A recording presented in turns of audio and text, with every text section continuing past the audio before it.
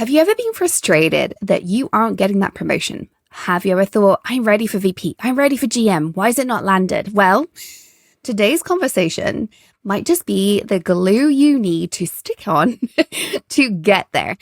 I am joined today by Chaitra Vedullapalli, who is discussing what it takes to make the case that you are a VP or a GM material specifically.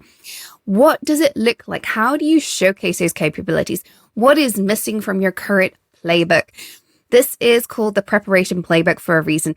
Today's episode is all about the things you need to do to prepare and demonstrate to those around you that you have prepared for those senior roles. So without further ado, let's get Chaitra, also known as Chai, onto the show.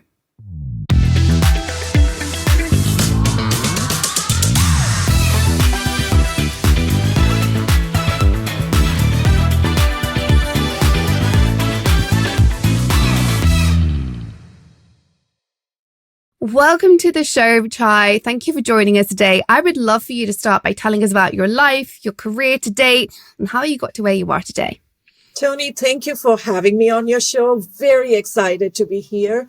Well, a little bit about my career. I'm blessed, and my family has supported me through the journey that I have taken. So I grew up in India, where education was valued. However, they wanted me to be a housewife at the same time. So I was groomed to be a housewife. So I kind of got engineering, but then I got married and stayed at home for a few years before I realized and my husband and I, we realized tech was really taking on. It was during the 1995 when Microsoft came out. It said it's going to create access to technology for 1 billion people. So coming from a land of billions, I was like, what? A technology, invisible code can touch 1 billion people. So that kind of led me into a curious experience. And that's kind of how I got into tech.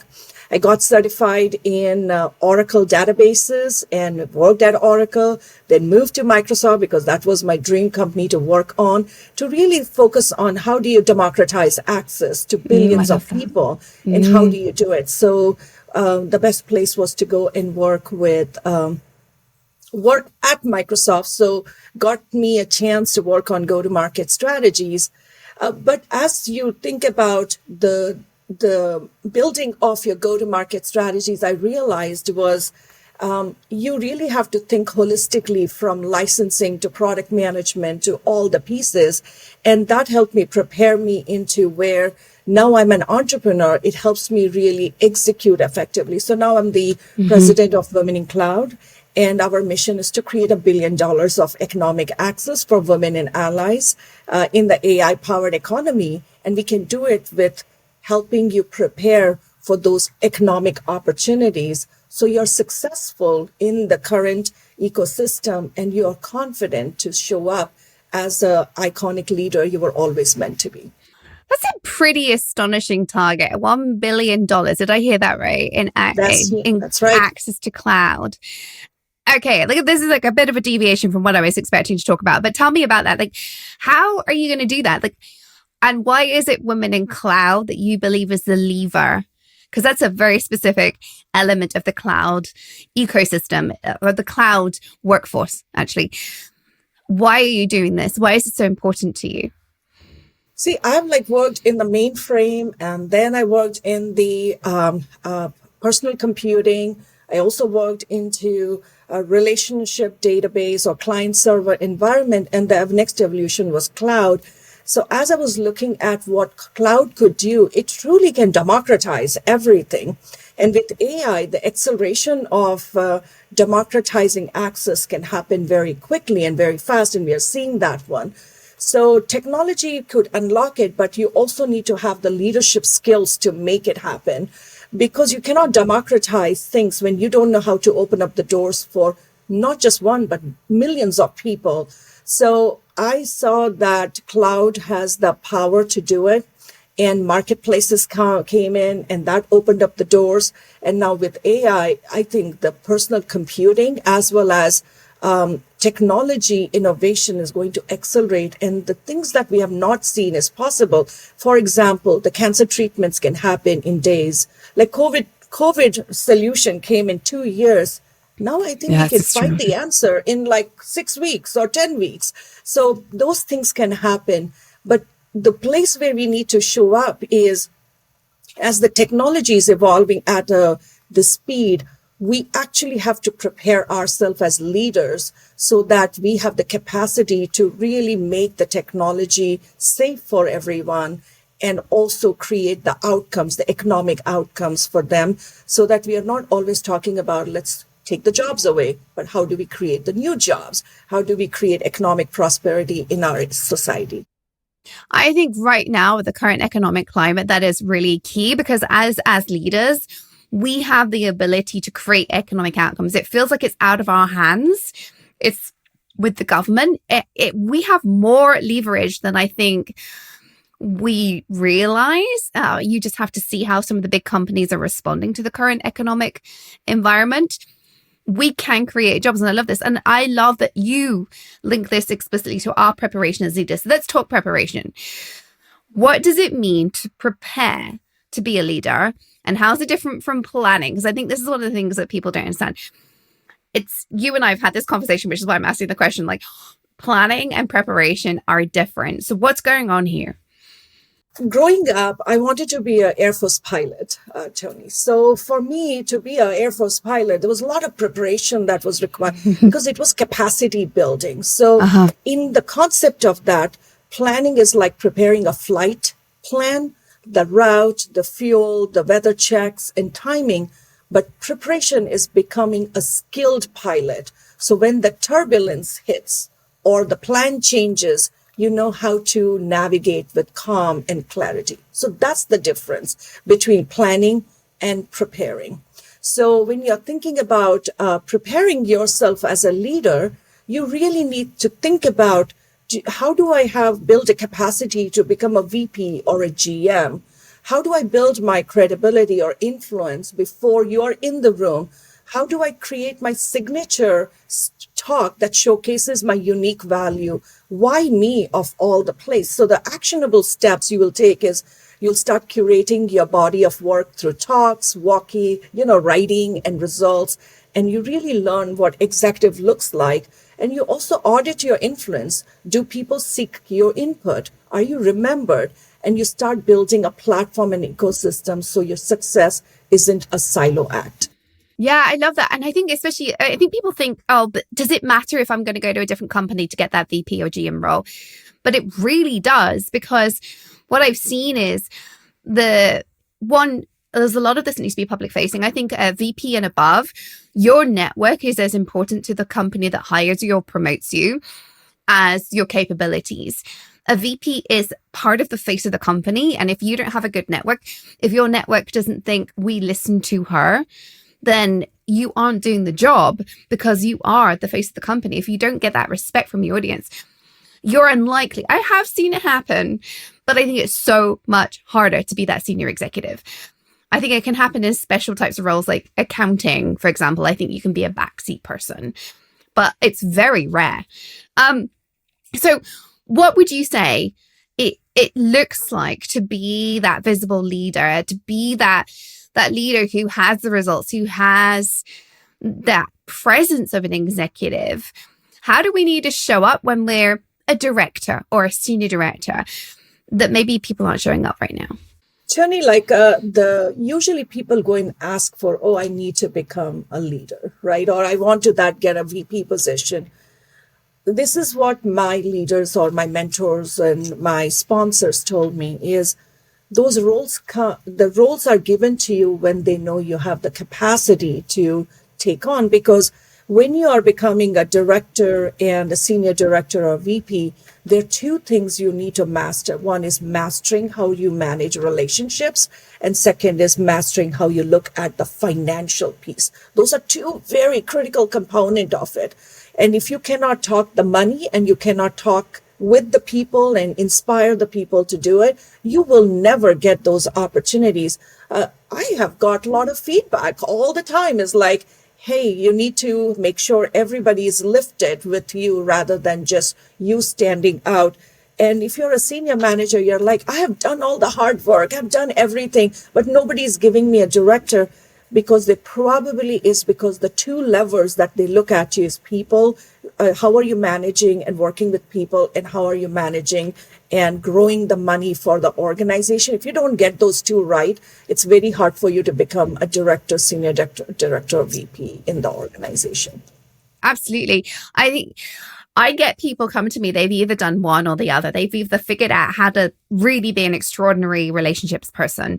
They have a great team. Sometimes it's a few things to tweak, like they take a little bit too much on for their team. They don't give their team hard challenges. They are like a bit too mothery, I see sometimes. Or they level up, but they don't level up their team. But pretty much they're good at the relationship side. Or they've got the business acumen. I very rarely see somebody come to me unless they've previously had a coach who has got both things. And this most often shows up with the lack of business acumen, because I'll be saying to them, okay, we're going for that next role because they seem like they're ready. And they can't tell me the business outcomes of what they've done in their last role. They can't say, I wrote this piece of software. It went to this many customers in 6 months. It increased our revenue, our profit margin. I need numbers. If you can't speak numbers, you can't demonstrate that you're ready for that VP role. Why do we not do this? What's going on? I see this over and over and over again. Why are we not being taught this earlier in our careers, do you think? Tony, if you look back from the house perspective, like I was a housewife for a long time, and then going into the business, I got lucky in my start of my career because I was in a consulting role, and the CTO that I was working with, I was able to, like he was saying, is give me the ROI of this investment, give me the ROI. I basically sat with him and I said, Chad, tell me, what does ROI truly mean for you? He said, I have to go to the board, and if I'm taking X million dollars ask, I need to show them Y million dollars of outcome. How are we going to do with this piece of software that we are implementing? And that was the time I realized it was a story of licensing. It was a story of transformation. It was a story of saving. It was a story of, accelerating the organization to achieve the identity they needed in the market, a strategic moat that they needed. So that I was like, oh, so once I did like multiple times of iteration of coming up with an ROI, and he was such an amazing sponsor and a coach and a customer at the same time, I learned early on how to really think about ROI. And ROI is a multi-dimensional. It's not one dimension. Yeah. People think ROI is like, oh, it's like X equals Y. No, it needs to bring in the soft benefits as well as the hard benefits. And when they look at it, say, yep, it's a perfect investment that I have made. And if I take that particular investment out, everything goes away. And then you have created some strategic value for the organization and the people who are working with you, because now they know that you're going to help them accelerate the outcome much faster than someone else. So that's what is the skill that you need to have. 100%. I think it's just the simplicity. It sounds so simple, and yet so many of us struggle to do it. Of if you are asking for a headcount, $1 million spend, whatever it is, somebody approving that, they aren't just going to say yes because you say, I'm struggling to do this. This is something that gets into my client's skin all the time. They will tell me, like, I'm so frustrated. My boss doesn't understand why I need this other person, or my boss won't give me the go ahead for this thing. And I'm like, how are they going to justify that to their boss? Like, we have to be able to say, if I spend $1 million or I spend $500,000 on an FTE, we are going to generate more money than we put in a certain amount of time. And you have to be able to say that and back it up. If you can't do that, sorry to say this to you listeners, but you're not VP material. You got to figure that out first. You have to figure that out first. Okay, let's back up to relationships. I know that you really believe in leveraging our relationships as a resource to accelerate our growth. So tell me about this. How can we as women in particular leverage relationships more healthily to accelerate our careers? That's a fantastic question. I think relationships in a leadership context is really based on trust and making sure that you become reliable, you're open and honest, you're compassionate, and also you're competent at the same time. So I call it you have to become a rock of trust for the people you're working with. So when you become that, then what you're doing is you're doing a very good value exchange rather than just networking.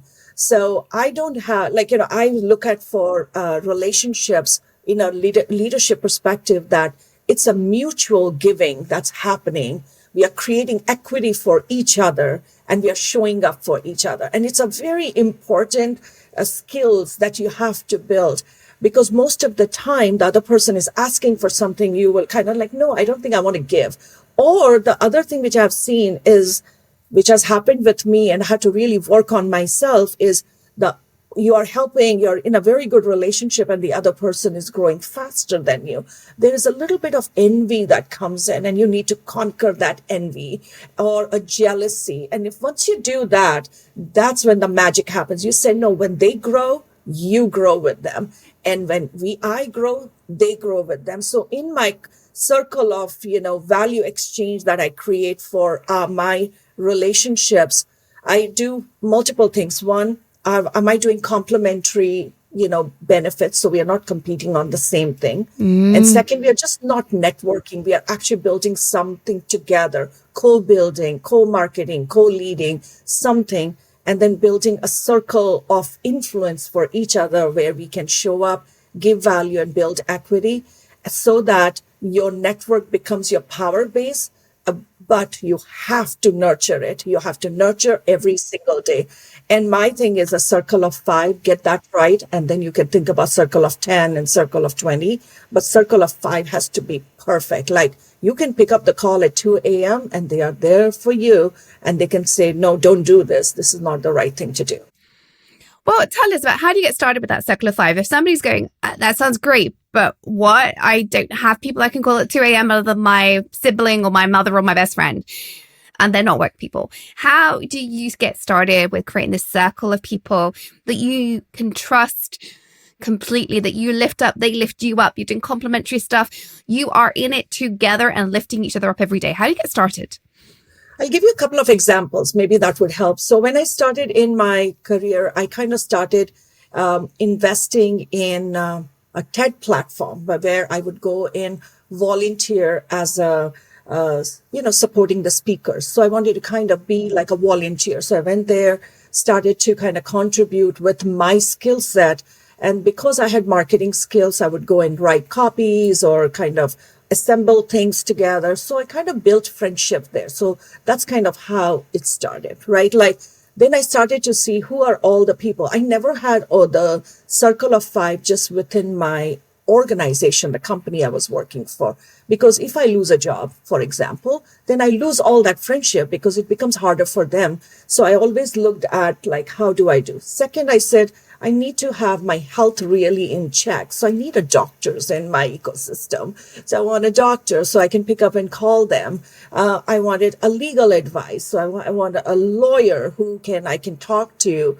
And I wanted to have somebody who's a strategist like me so I can ping pong with them. And then financial advisors, wealth managers. I'm like, yeah, I like to do. So it's really depending upon what is the curiosity I had. And I would look at my circle, say, hey, I'm missing this one. I think we should find somebody we need to work with. But before we go and say, let's go get someone, we would go and add value to a community and then become visible in the community. And certainly with the value alignment, you find someone. I'll give you a second example. Yesterday we had a Guinness World Record attempt for creating the largest AI workforce development with Microsoft. There were 3 people in the community where they were working so hard to make sure everybody got their, badge so that they completed it. But trust me, they made more friends. They got recognized. They were seen, and they were working when our team was taking rest, because now I said, they are the one I want to invest more time. I want to have them in our circle of influence so that when they are doing something, we want to contribute to them. So contribute to each other. Don't wait for somebody to put things on your plate. You have to go do first to really be seen and find friends that you want to really have in your network. I would definitely say that works hand in hand. My career really took off when I started volunteering, and there's stories there. Like I over volunteered for a while. I actually went too far. It was detrimental, but the volunteering, the respect I got, the community I got, that was necessary for me to level up. I don't think I needed to do as much as I did to get the level of respect I did, and it actually caused me some other issues. But building that community, giving back is so key to getting started, I think. Okay, let's change gears and talk about advocacy in particular. I know we've had this discussion, and I've had this discussion with so many amazing women in tech leaders. One of the challenges we have all faced as we go up is our ability to advocate for ourselves with a voice where we are heard, we're paid attention to, particularly in this world where we're often overlooked, or we're told we're too aggressive, or we're told we're too bossy or something. It's either we're overlooked or we're too much. Why is self-advocacy so important? And how can we do this and feel good about it, feel authentic about it, and not fall into this trap of being too much? When you look at advocating, there are two philosophies that we are living in. The first philosophy, I did this kind of stuff, and then we did this together. So there's a two philosophy. So when you look at LinkedIn, you look at Instagram, you look at all the social, a lot of people is like, I. And I'm like, I'm not interested to listen to you. You're just talking about yourself. But when you're looking at collective and you say, hey, here's my friend who did something really cool. I want you to hear that. Now you're advocating for them, and they're advocating for you becomes very easy. So they will tag you, they will invite you in the stuff. So when you're sharing wins and lessons, do it together. Do not do it all by yourself. When we are speaking in a meeting, just don't wait for yourself, but come as one or two people actually presenting the stories so that they know that you're working as a collective. So they know you care about others instead of just by yourself. And then creating assets that makes people know that you're working on deliverables. Like I have an example. If you're working on a specific document, if you don't share with somebody on the team and you only want to come to the meeting to share that, nobody is going to advocate for you. The advocacy starts by others, not by you. So you do need to talk about it, but it actually comes from the other side when they are advocating.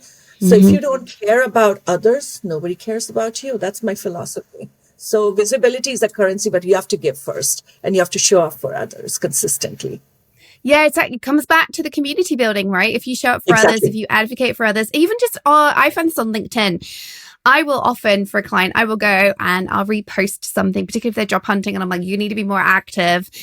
I'll go and repost something they've shared. And you know what? It comes back to me tenfold. Visibility of my profile goes up, so it's an immediate win. But also that client is going to be following me for the rest of time.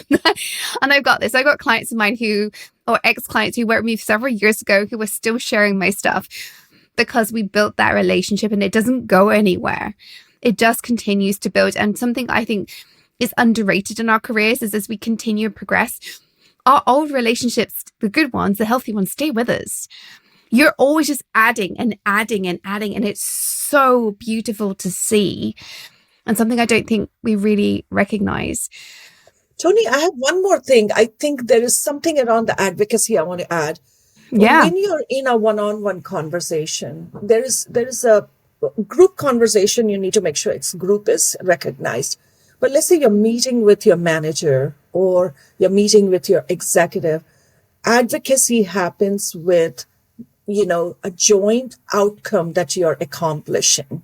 Love it. Love it. Right? Yes. It's a joint outcome, and they feel like, it is really addressing two things. One, the organizational benefits, and second, their benefits, that you have made sure that they are not sidelined. They're also part of the narrative.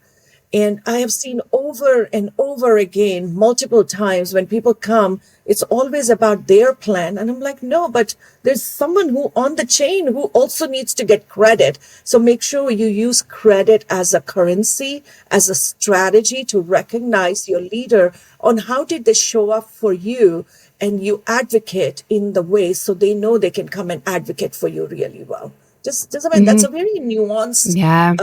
diplomatic work, and most of the women can have to work on it. It's a unique skill that has to be developed. Yeah, spot on, spot on. And I do want to just spend a moment more on advocacy, because one of the things you mentioned just a few minutes ago was about going and speaking to people before the meeting. And I think one of the things that is not understood enough until you get there is socialization of an idea. Don't expect to walk into a room of senior leaders with a new idea and get it signed off if you haven't socialized it.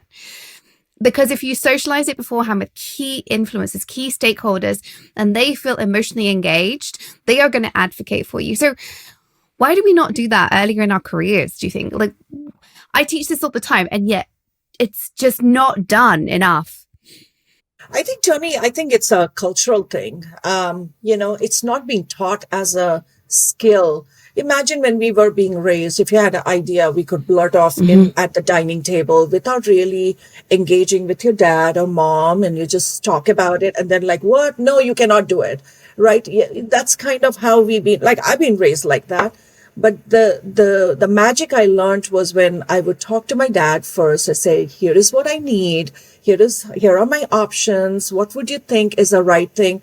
Can you convince mom? And he would say, okay, I'll talk to her and let you know. And then he would actually have it at the dining table saying, this is what she's thinking. And my mom would say, yeah, I love that idea. Let's go do it. Right? Whether it's on a vacation, but it was not an idea I blurted off out of my mouth, right? I say, I want this. No, but it was a very much a socialization. So I learned very early on in my family that I couldn't just say it out loud and I would get it.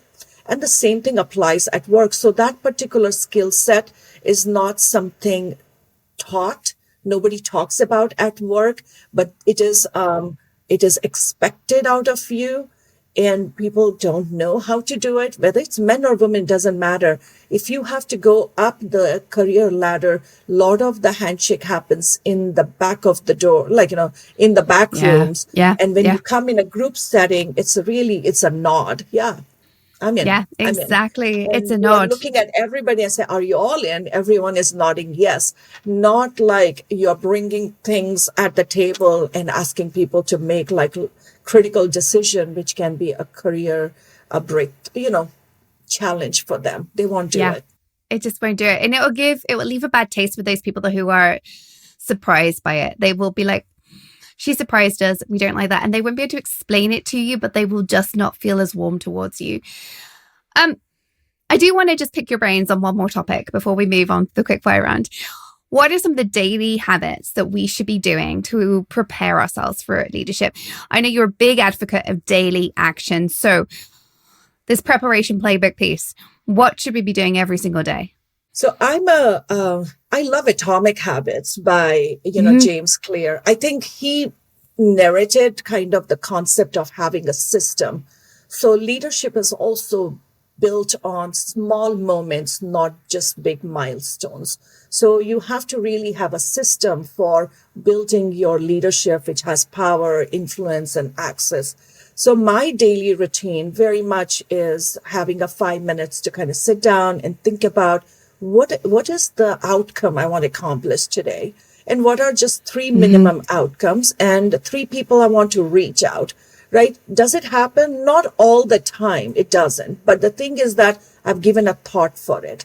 The second piece, which I like to do, is review and preview. So review my, a week, what went well, what's going on, and then preview what I want to do in the future. Like, what does my next week look like? And that gives me kind of, did I lead? Did I not lead? What did I learn? So a lot of reflection. And is there someone that I need to create access for them or help remove roadblockers so that we are not stuck? So it's kind of like consistent micro action kind of leads to compounding results. So that's kind of my daily habits for leadership.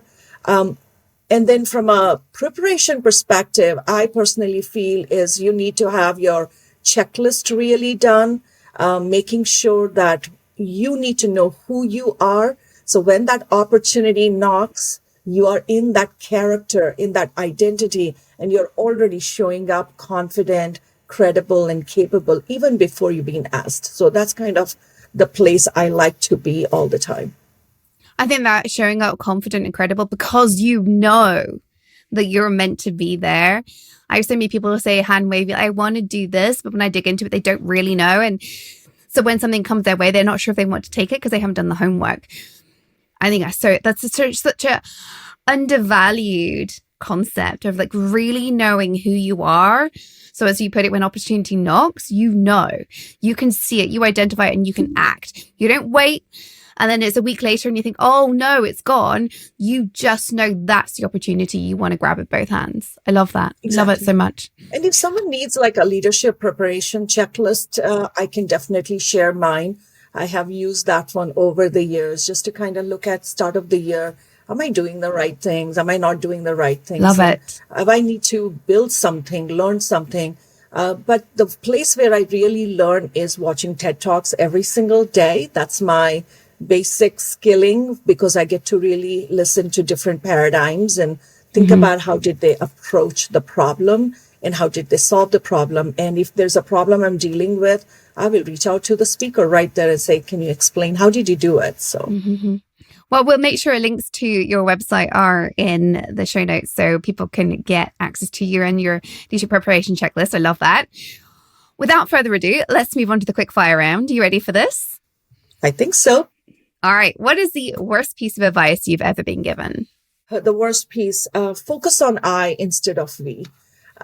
Because it was something I did not believe in that concept. And I felt it was a wrong advice to start with. Because when you start focusing on I, you really are not contributing to the society. So for me, that was the worst advice. Yeah, it's all about how you take some of these, I think, because sometimes I have to tell my clients to be more I than we because they're so we. They don't take credit for anything. I'm like, you did that. Stop making it about everybody else. Yeah. And it's always about the subtleties and the way that advice is given. What is the best piece of advice you've ever been given? Focus on creating access that helps people transform their identity. Oh, tell us more about that. Like, tell me, like, what do you do now because of that piece of advice? So, for example, if that's why the economic access platform was created, because when I learned was when an access is given, you're transforming an identity. So, for example, not just take people to an event or ask people to come to your event. Figure out a way to kind of make them a speaker, maybe potentially a paid speaker. So now you have transformed their identity as a thought leader. For me, that one was aha moment. So now all the work that I do is really making sure that people are becoming thought leaders. They're becoming $1 million entrepreneurs. They are earning like $100,000 DevSecOps roles, becoming, Oscar qualified, movie makers, like very much, or a Guinness World Record holders. It is a transformation of their identity. So when they are at the coffee table, they'll say, I was with Chaitra and she created that program and my identity got transformed. And then I know is the life, the access was worth for them to, get. Second, they prepared to really harness their transformation. Love it. Love it so much. What is the last book you read and would you recommend it?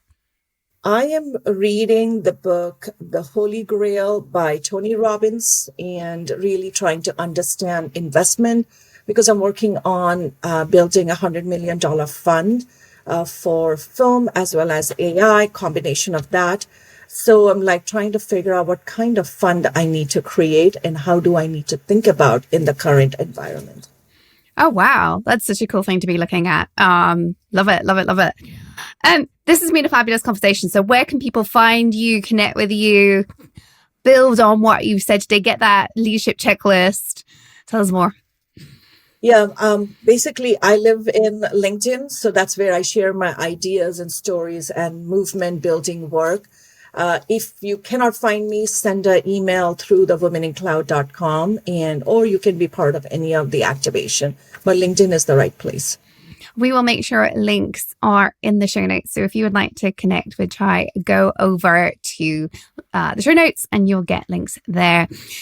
This has been amazing. So what would you say is the final thing you want to leave everybody with today?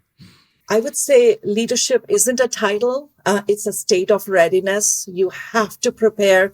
You have to position yourself as a contributor for driving transformation. You show up because I truly believe that the world needs more voices like yours in the room for shaping the future that we need.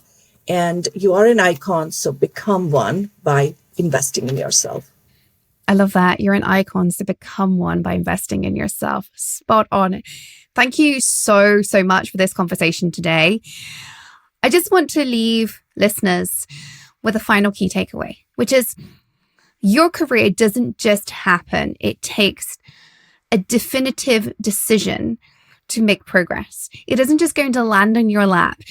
It isn't just going to be, and I think we look around and we get jealous of people who've just miraculously somehow landed that job and we think that's unfair. The reality is, yes, some people around us absolutely have more opportunities than others, but they have done work. They have done work to get there. And I'm hoping this conversation has shown you some of the preparation that you can do to get there too. Every one of our journeys is unique, don't get me wrong. But if you take the right actions, believe me, I've seen this so many times now. If you take the right actions, you will get there too. So be patient, take daily action, follow some of Chai's amazing advice. And I look forward to having a conversation with you in the not too distant future about how you've taken the next step in your career.